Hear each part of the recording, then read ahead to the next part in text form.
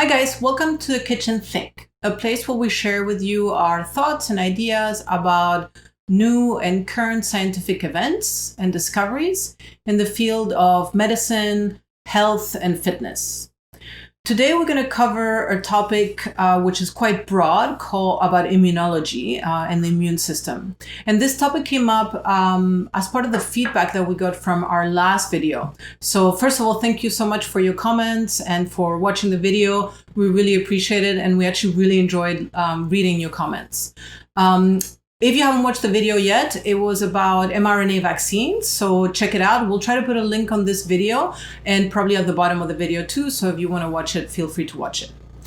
So the topic of the immune system and immunology came up out of that first video, and the comment was very simple. Can you give us a little bit of a quick description or explanation of how the immune system works?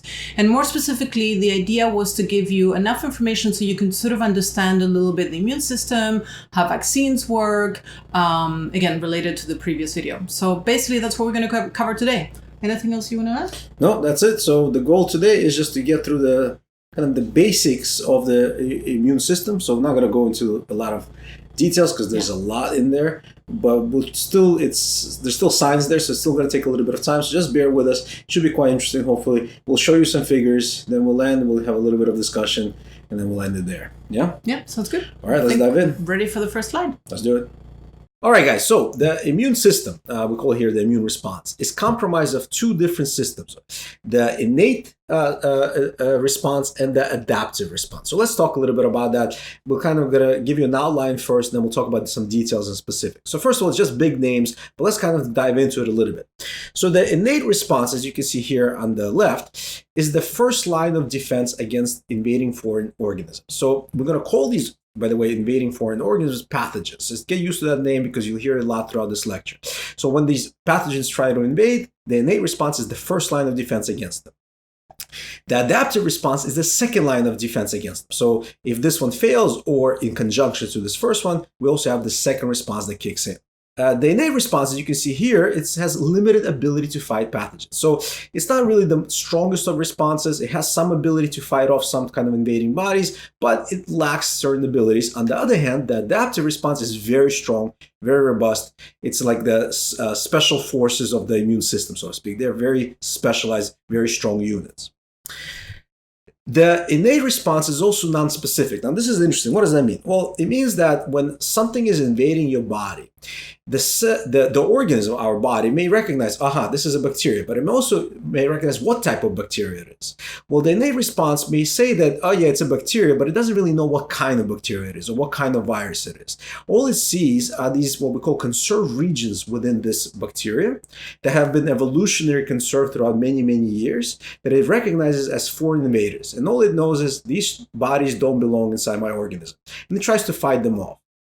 On the other hand, the adaptive response not only can tell you that it's a bacteria or a virus, but it can tell you exactly what kind of bacteria and what kind of virus, and muscle up the energy and the responses to fight specifically against that type of bacteria or that type of virus. So it's much more specific. Therefore, it's a much stronger, much more robust response than the innate response, like we already discussed.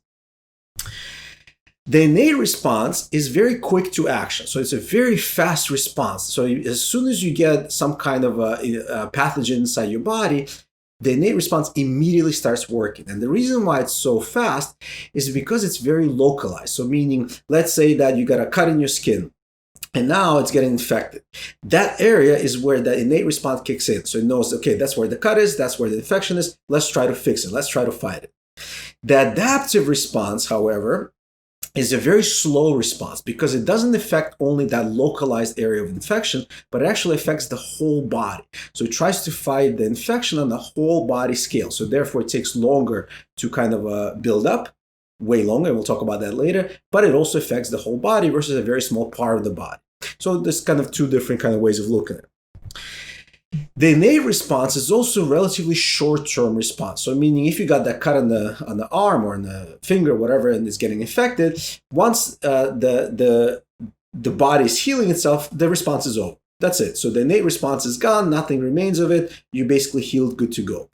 The adaptive response has long-term memory response. So meaning if you got some kind of bacteria or virus inside your body, the adaptive response has learned to remember what kind of bacteria or virus it was and has built long-term immunity against it. So if next time you encounter the same virus again, now you already build immunity against it. So it's a not only a kind of short-term responsive element, but it's also long-term memory against different types of pathogens. And that's very important for us as humans because over our lifetime, we encounter different pathogens, and we want to make sure that we build up kind of barriers against them from both the innate and the adaptive response system.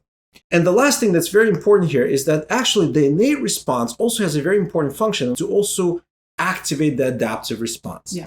And so it says here, you can see stimulates and activates the adaptive response. That is super, super important because the innate response by itself, like we just mentioned, doesn't have enough power to deal with a lot of diseases or pathogens that are invading. But in conjunction with the adaptive response, it definitely does. So what it has the ability to do is to stimulate the adaptive response, kicking in this kind of special forces of the immune system, allowing us to take care of the problem at a much greater scale, bigger, more pace, and kind of more energy behind it, so to speak. So that's kind of the idea behind kind of what these two responses are. So just remember, innate, very immediate, not so strong. Adaptive, long-term, takes a little bit slower, but definitely strong. I think I remember the special forces of the... That's right, the special forces of the immune system. All right, so let's talk a little bit more about innate response first. Now, the way I like to think about the innate response is that it has two different ways of defending us. Preventive defense, or preventive immunity, how I call it here, and then responsive immunity. So what do I mean by preventive immunity? Let's talk about that. Preventive immunity means I don't want to get the pathogen inside my body to begin with. So I'd rather keep all the bad guys, so to speak, away from me. If I can keep all the pathogens away from me, then I have less chances of getting sick. So how does the body do it? Well, this is actually quite interesting, quite simple. First of all, the skin, right? You think about it, that's a natural barrier between us and the outside world. So the skin, in a sense, can be part of the preventive immunity through this innate response. So basically, it keeps all the bad guys away from entering. But as you can imagine, there's certain points of entry into the body which are very normal, right? So we eat through our mouth, we breathe through our nose and mouth, the eyes are open. So all of these areas where the virus, the pathogen can enter is still a factor. So for example, eyes are open to a certain degree. So certain things can enter through the eyes. So what we have as part of the preventive immunity is tears. Tears are a way to secrete out any bad things that are getting into your eyes. So it's a first line of defense. It's a preventive measure. Same can be said for saliva, right? Saliva has certain kind of enzymes that kind of destroy pathogens that are entering your body through the mouth. So that's also a natural barrier, so to speak. The lungs. So lungs is, of course, we're breathing through the lungs. So there's a lot of stuff getting in from the air into our lungs and out. So how do we not get sick every time we breathe in? Well, the lungs are also coated with, first of all, mucus. That's very important. So the mucus, again, has certain proteins and enzymes that destroy these pathogens. Yeah. But also the lungs themselves have these structures on certain cells that we call kind of cilia. They're kind of little hair-like structures, imagine, that beat really fast, and anything that touches it, they kind of kick out. So it's almost like it's hard to, like a fan almost, that is kind of constantly blowing out any bad stuff that is entering our lungs through our mouth. Makes sense. Now, the stomach is another point of entry, right? Because when we eat, a lot of things go into our stomach, into our digestive tract and stuff like this. And again, here we need to have some kind of barriers to prevent bad things from constantly entering. So the stomach has also the same kind of cilia that constantly beat, and so do the intestines, by the way. They constantly get rid of that bad stuff that's entering. But also the stomach has a very low pH, so very acidic environment where a lot of pathogens cannot survive. So that basically destroys the pathogen before it can get inside your body.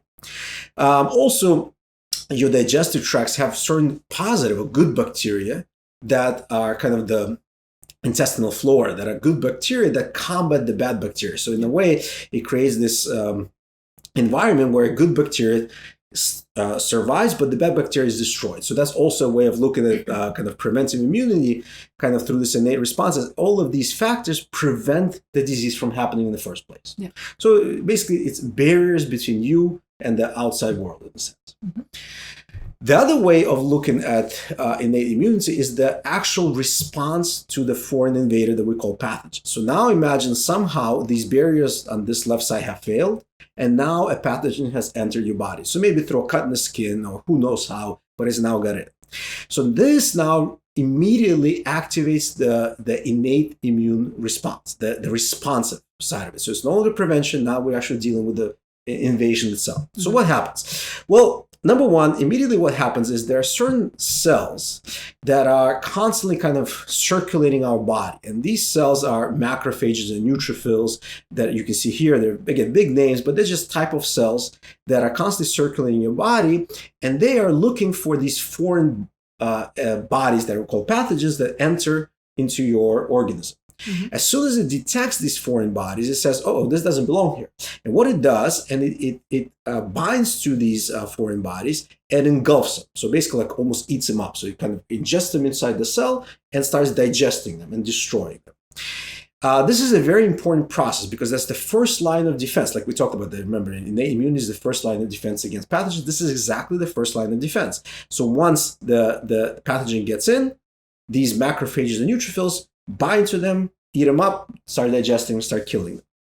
Now, in the process of digesting and killing them, several things happen. They start in the process of the digestion of this pathogen. The parts of the pathogen get presented on the outer surface of these cells. So the macrophages, neutrophils now start showing these parts of these destroyed pathogens on their surface. Mm-hmm. This stimulates a whole bunch of kind of responses, signaling pathways that signal through the blood to recruit additional immune help.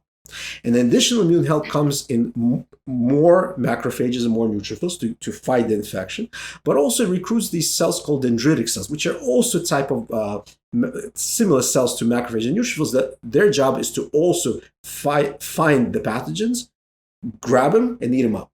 So this is all happening as kind of like its own feedback loop. So the more pathogens it finds and destroys, the more it sends further signals to stimulate to more of these macrophages and neutrophils to come in and eat up even more of these pathogens and so on. So why is this so important? Well, obviously this is our first line of defense. So if a bad guys enter, these cells are ready to eat them up and destroy them. And they also send signals. Now, these signals, it's very interesting. With these signals come certain physiological responses that we should probably address here. Okay. So the physiological responses are very kind of straightforward. You guys probably all experience them. Number one, you get fever. Mm-hmm. Not often, right. But often, not always, but often you do get fever. We'll talk about why.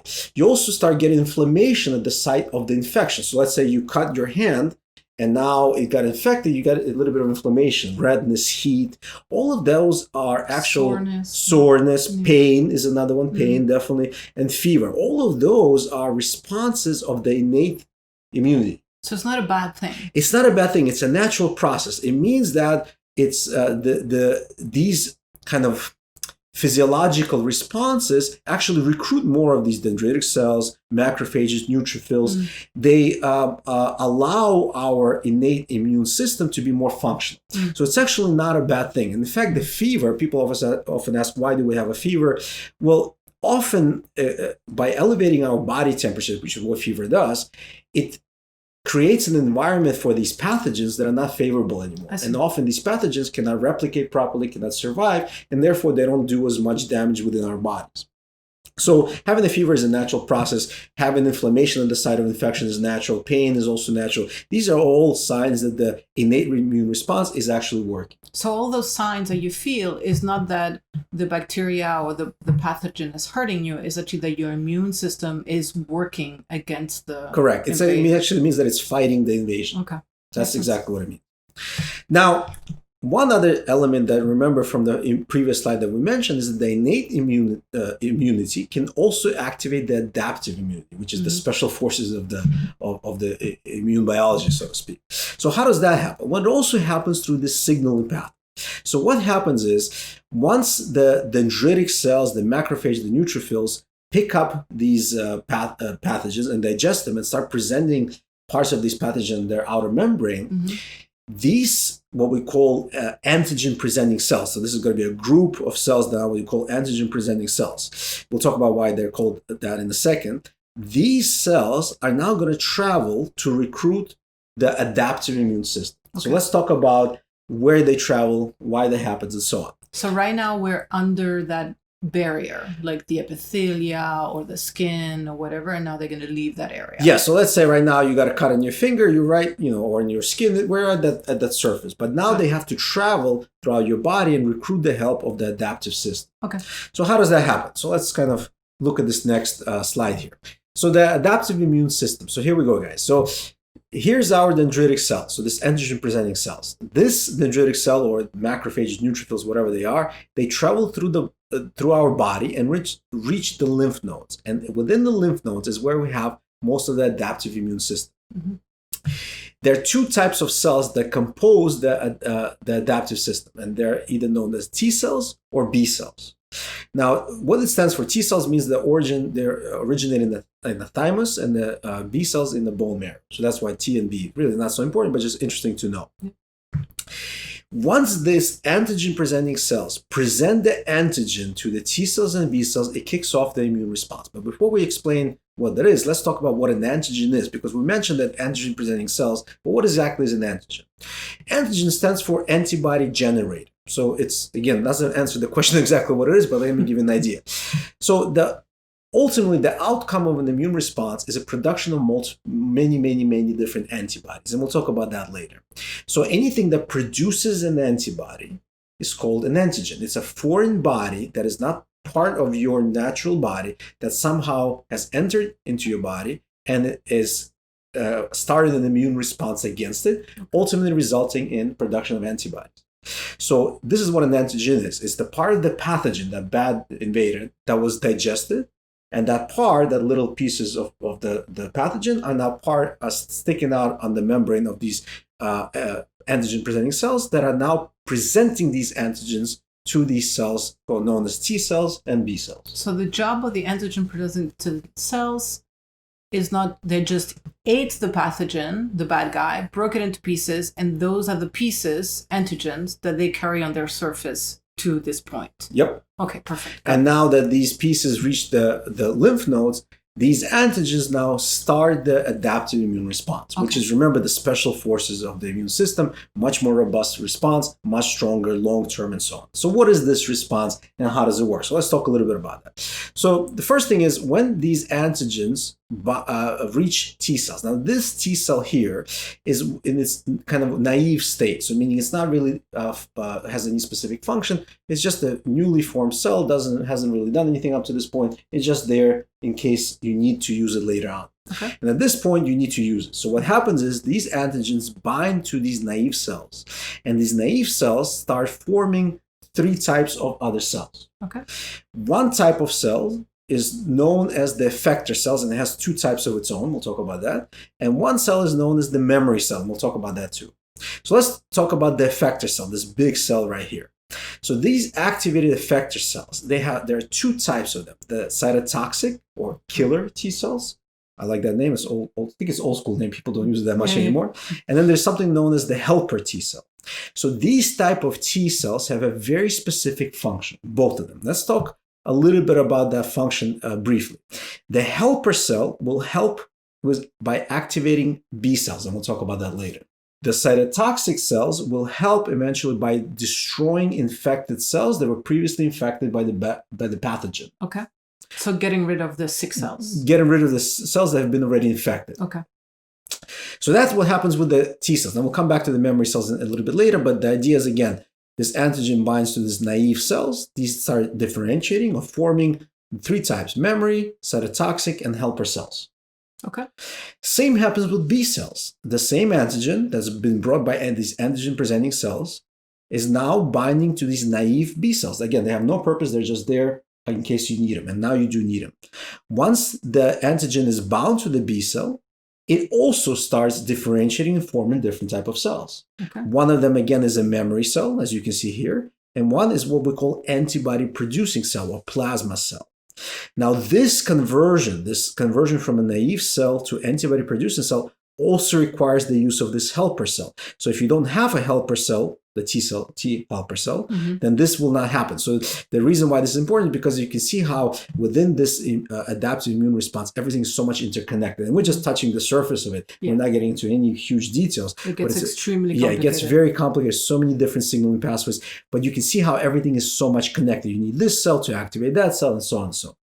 So when this B cell is starting to mature because of presentation of the antigen and the activation of the helper T cell, it again forms memory cell and antibody producing cells.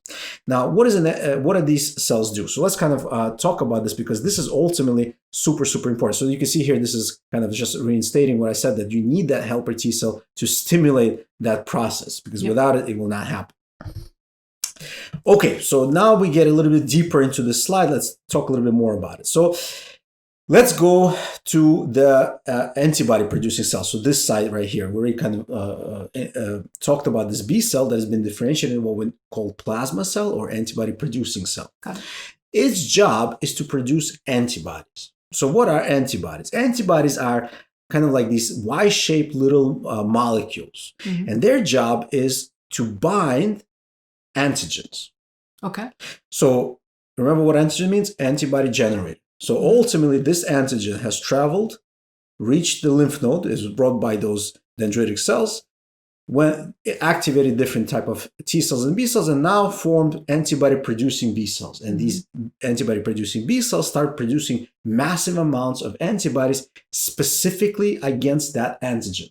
And that antigen was part of a pathogen. That's right. So if we guys remember, guys, so this antigen was part of a pathogen, part of the invading body. So it's very specific to that type of invading body that was attacking you at that moment. So that's why we say the adaptive immune system is very specific, because it knows exactly who attacked you, and they formed antibodies against exactly that pathogen, nothing else. Now, what do these antibodies do? Well, antibodies have two main purposes. Number one, by binding to these pathogens within your cells. So these antibody producing cells get secreted, and now these antibodies start flowing in the bloodstream throughout your system.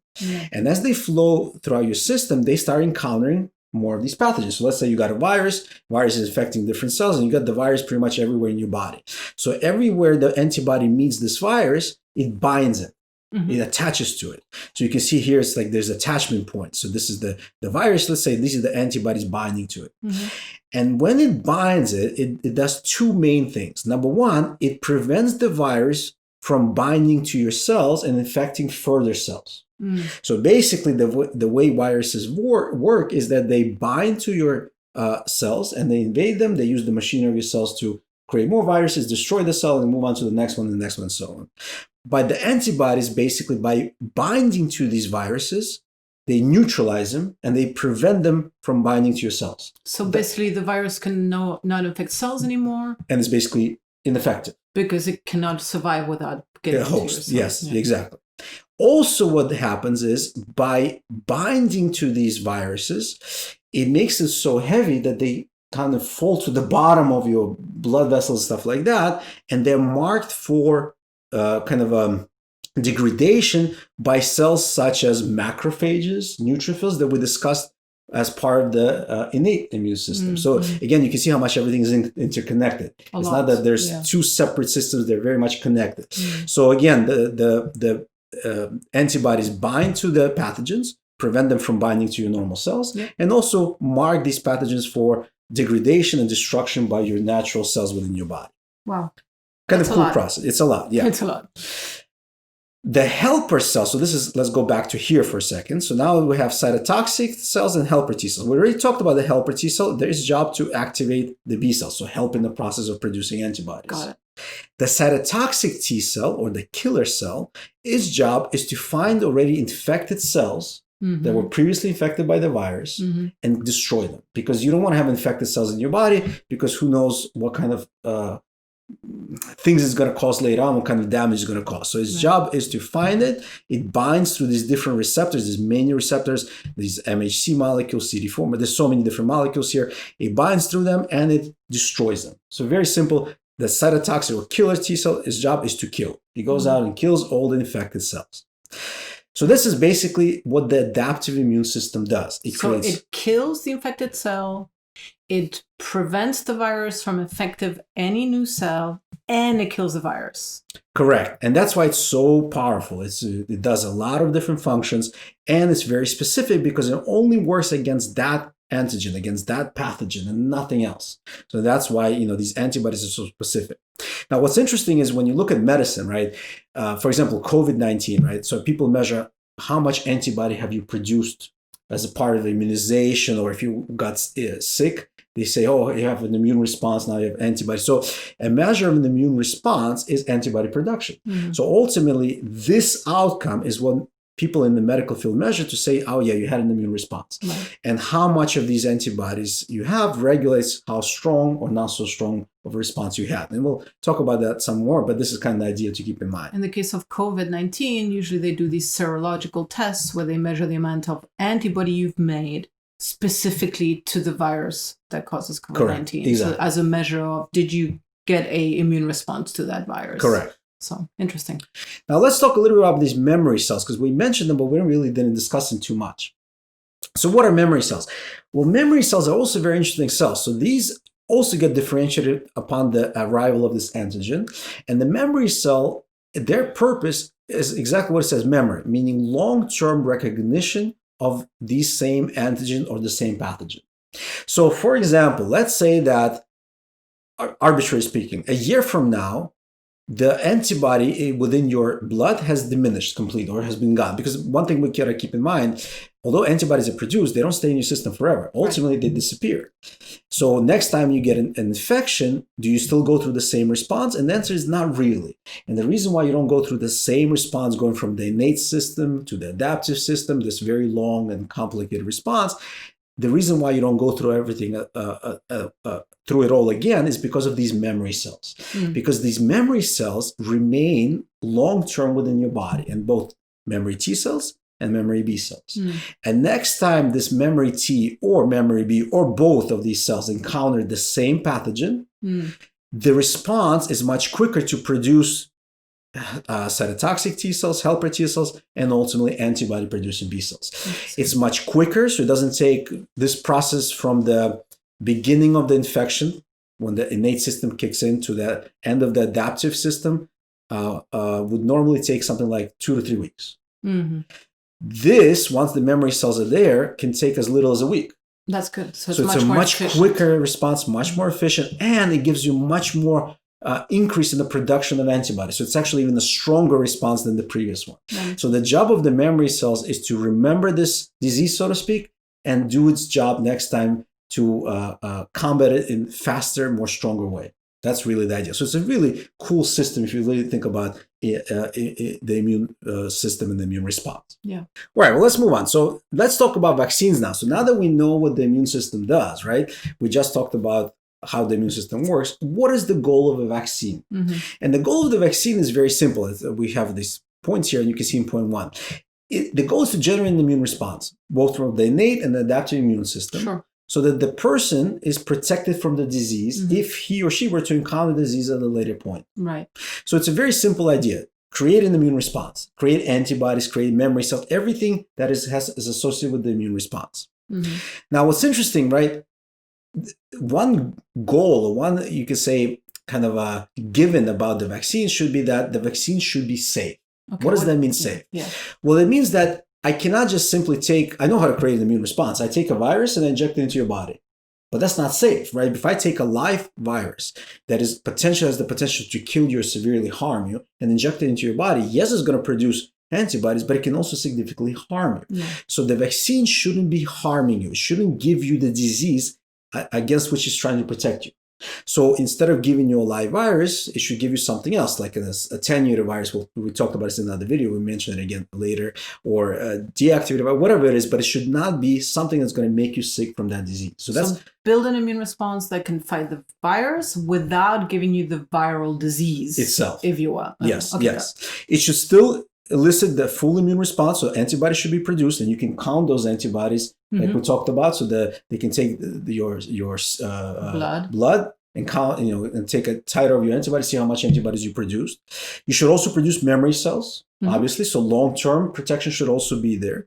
Now, one thing again, depending on the type of vaccine and depending on the type of pathogen. So this is either natural illness or artificial vaccination through immunization. Yep. The effects of the immune system are not permanent. And this is something that, we can probably save for another topic, for another video, because it's a very interesting idea in the sense that, the immune response, yes, it's long-lived, but it has an endpoint. And at some point, you may need to have a booster shot to boost the immune system. You don't know how long the memory cells will last. It's all dependent on the individual and the type of virus or bacteria you're facing, the type of vaccine you received, many different factors that are actually hard to know, and they're usually calculated experimentally. So this is something to understand, that although you have an immune response, eventually it will disappear. How long? That depends on many factors. So that's probably what we'll save for some other video. Okay. So basically, again, if you think about vaccine, you want to get the immune response without getting sick. Yep. That's really what the goal is. So when you encounter the disease, you already have all the antibodies, the killer cells, everything ready to fight that disease and destroy it immediately. That's really the idea. Makes sense.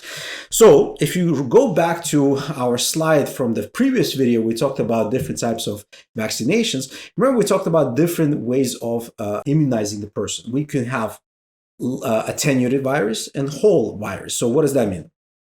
And basically, we take the whole virus, we deactivate it, like here, and then we inject it into the person. And that starts the immune response. So, or you can have an attenuated virus. Attenuated virus means it's partly deactivated. Got it. It's not as strong as before, but it's still quite powerful, and it can elicit an immune response. You can take portions of the virus. So, for example, just like the outer membrane of the virus with all the different proteins on it, or just individual proteins, and inject that. So basically pieces of the protein, and inject that into the person to elicit an immune response. Because all that is going to be foreign to the body. Exactly, because all of these objects are not naturally occurring within your body. These are all objects coming from a foreign entity, a pathogen, but they don't bring the disease with it. Got it. And lastly, the new type is using the foreign RNA, which is actually engineered in the laboratory, and it's injected into your body. And this is probably one of the safer methods because, again, you're not bringing anything big. It's a very small molecule. It gets translated into a protein, which is a foreign protein, because it's a viral protein, and it elicits an immune response. And it gets degraded after it's done. And it gets degraded. So this is all the different methods. So when you think about how this works, imagine getting a vaccination into your arm. If you think about it, a lot of people say, oh, my arm is sore, I have a little bit of redness, I have a little bit of swelling. Some people even get fever. That's the innate immune response working. Immediately, basically within an hour, you start getting swelling around the point of injection. That's exactly what happens. Remember, we talked about it. You have now this foreign entity coming into your body. The body recognizes it, and it starts recruiting those neutrophils, macrophages, dendritic cells, and it's causing this response, which is now causing a little bit of redness, a little bit of fever. It's nothing to worry about. It's a natural process. And how long does the adaptive immune response take? You mentioned it earlier. Yeah, so basically that's the innate immune response. And within a few weeks, usually, let's say 2 to 3 weeks, you have the full adaptive immune response already kicking in, and you have full production of antibodies, you have production of memory cells, helper cells, and T cells, and so on. So within about 2 to 3 weeks, you're fully immunized, which means that from the point of vaccination to those 2 to 3 weeks, you still potentially have a chance to get sick. So you have to be careful when people think, oh, I got immunized yesterday, I'm safe. You're not. You're not safe yet for about 2 to 3 weeks because it takes quite a long time for that adaptive immune response to kick in and for all of the antibodies to be produced. Yeah, if you guys have ever gotten the flu shots, actually, a lot of times the pharmacist will tell you, you might get sick in the next week or 2 weeks, but after that you should be okay because I guess the entire immune system has not fully been vaccinated or activated. Correct. So next time, if you are getting any type of vaccination, anything of injection, if your arm is sore and you get a little bit of redness, that's a normal response. Don't be scared about it. Even if you get a little bit of fever, usually it's a normal response. It's your innate immune system kicking in, doing its job. So it's just a natural process. So now that you know how this immune system works, now vaccine should make a little bit more sense to you. Makes sense. Yeah? Yeah. I want to talk a little bit about, should everybody get a vaccine? Because there's a lot of questions coming from our audience, our friends saying, well, I'm a young, healthy individual. why should I get a vaccine? I mean, maybe my body can fight this infection without it. So I kind of want to take the moment to address it. All right, Veronica, so if you were answering to these questions, so let's say you have a young individual, healthy, who's saying, well, I know there's COVID. I know that it's potentially a dangerous disease, but I don't want to get immunized. I think I'm healthy enough to overcome it. What would you tell them? Well, I think you have to sort of weigh the risk, right? I think, sure, you may get infected by the virus and have absolutely no symptoms, which happens a lot, and not feel anything at all. But there is a possibility that you actually respond poorly to it for whatever reason, because we don't really know everything about the virus. It's just the beginning, right, of understanding this virus. So knowing how vaccine works and what it does, you have a choice of taking a vaccine that will always protect you against the potential bad things of the infection by COVID, or you can risk getting infected by COVID and you don't know what your reaction is going to be. So if I were to weigh things like, well, am I better just getting immunized by something a little bit more controlled, like a vaccine, knowing that it's not going to give me any other issues? Or should I just wait till I get infected and I potentially may have or may not have issues? I'm not sure. Do you like to play the lottery or not? Really up to you. And I think the other thing to think about is probably we don't know yet what the long-term effects are. Meaning, even if you get infected and you have very few symptoms or a lot of symptoms, it doesn't matter. We don't know what it's going to be like 5 years from now if you were exposed to the virus versus vaccinated. So I don't want to wait 5 years from now and find out that my lungs have certain issues with them because I had this virus. And so the long-term effects is something that is to think about. Maybe there's nothing to worry about, but we won't know. And we don't have a crystal ball. Do you have a crystal ball? No, I don't. No. I wish I did. He asked for one for the holidays, but he didn't get one. Yeah, so I think I agree with you. I mean, basically, I would say, yeah, of course, if you're healthy, the likelihood of you getting severely ill from COVID is little compared to somebody who's not so healthy, not so young, and so on. But again, there's still a chance that you may get sick. Yeah. Versus immunization, you're not going to get sick because it's not, again, remember, the goal of vaccination is not to make you sick from the vaccination, but to protect you against possible disease and still generate an immune response. So you're not going to get ill. Yeah. Now, also, you have to think of it like this, like Veronica said, well, look, we know so little about this virus. And 10 years from now, let's say you get some other illness. And because you had COVID, the illness is multiplied twofold or threefold. Yeah. And now, you're in a bad shape versus if you had a vaccination against COVID, you never get sick from it. You never get ill from it. And now if you had this disease 10 years from now, whatever that disease is, you'll deal with it absolutely fine. So this is just hypothetical, but yeah, we don't know what the future holds. We don't know what long-term effects of this virus are. So vaccination is, for me, I think for anybody, I think is a good way to go. We know more about vaccination than we know about this new virus. I mean, vaccines started, in the 1900s with polio, I believe. Actually, that's a good point. So polio vaccines in the 1950s, right? There are some diseases that doesn't matter how healthy you are, you may not be able to overcome. Polio was one of them. I mean, the death rate was very high. Paralysis was even higher. Mm-hmm. It's a very devastating disease that was completely eradicated by vaccination. Yeah. So, it doesn't matter, young or old, some diseases you have to do it.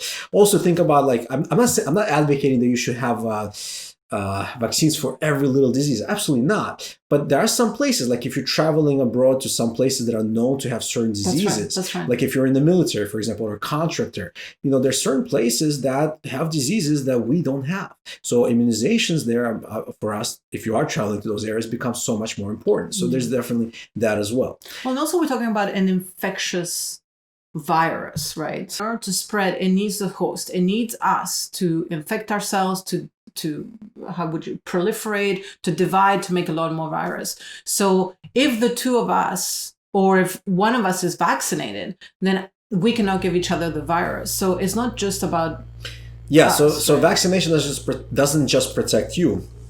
It protects the society around you. Right. Because by you being vaccinated, you can no longer get sick. Therefore, you're no longer infectious. Therefore, you cannot infect somebody else. And the more people are immunized, the less the virus spreads. And ultimately, that's how those diseases get eradicated. And hopefully, that's what happens with COVID once enough immunizations happen. So again, that's another reason why young individuals should get vaccinated, at least in my opinion.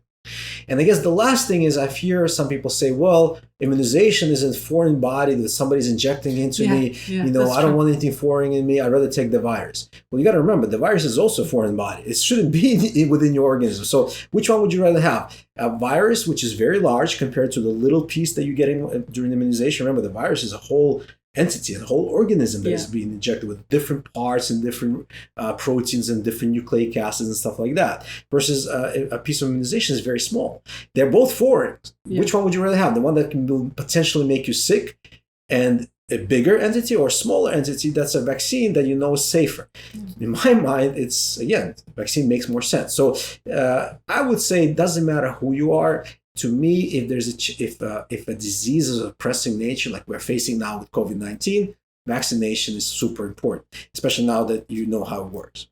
That's pretty much it, guys. I think we're going to wrap it up here because it's becoming a very, very long video. Go ahead. And if you want to sort of share with us why you think or not think you would take the vaccine or not, let us know, because it's sort of interesting to see what you guys' point of view are. And if we can help you understand how to make that decision for yourself, we definitely would be happy to help you. But thank you so much for listening yet again. Yeah. So again, like with these videos, guys, our goal is always to just give you a little bit more knowledge. So it's not to sway your opinion in any way. I mean, we'll give our opinion, obviously, as scientists and stuff like this. But really, we want you guys to have the resources available to make your own opinion, and then you determine what's better for your health, for your body, and so on. Remember, guys, if you like this video, give us a thumbs up. Hit that like button. If you dislike it, that's fine too. We'll take it. Leave comments, guys. Subscribe to our channel. Tell your friends about it. We really want to grow this channel. We want people to know about it. We want people to be educated about their health. We'll talk about some cool stuff coming up. Leave your comments, guys, and we'll see you soon. Bye.